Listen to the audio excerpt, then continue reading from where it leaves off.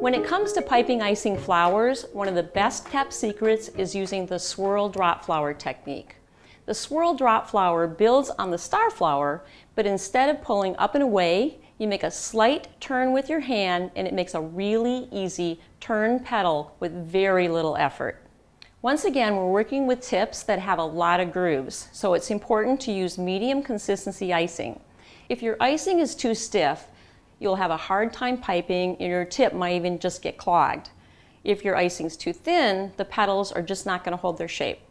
For this technique, we're going to need drop flower tips. I have a variety of drop flower tips that we're going to try. I have a 1B, 1G, 2C, 2F, 225, and a 109. I already have bags in different colors already fitted with drop flower tips, so I can show you what these are all going to look like. I'm going to start with a decorating bag fitted with a 1B tip. I'm going to hold the bag straight up, but I'm going to bend my wrist inwards. Whatever your dominant hand is, make sure that is the one that's bent inwards. This is your starting position. We're going to do two things here. We're going to squeeze and then turn the wrist at the same time. But I promise it's not as hard as it sounds. We're just hovering a bit over the surface, and I'm going to squeeze, let it build, then turn, stop squeezing, and then pull away. Let's do it one more time. Squeeze, build, turn, stop, and pull away. This is the key if you want your flower to be fairly flat. I'm going to go ahead now and show you the rest of these really pretty tip techniques.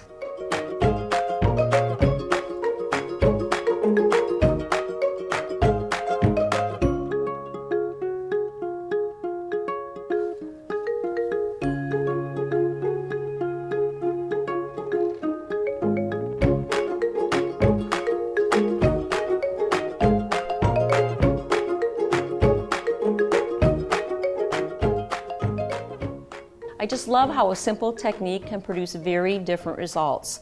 The 1G looks like a daisy if you pipe a center on it, and the 2F just looks so unique.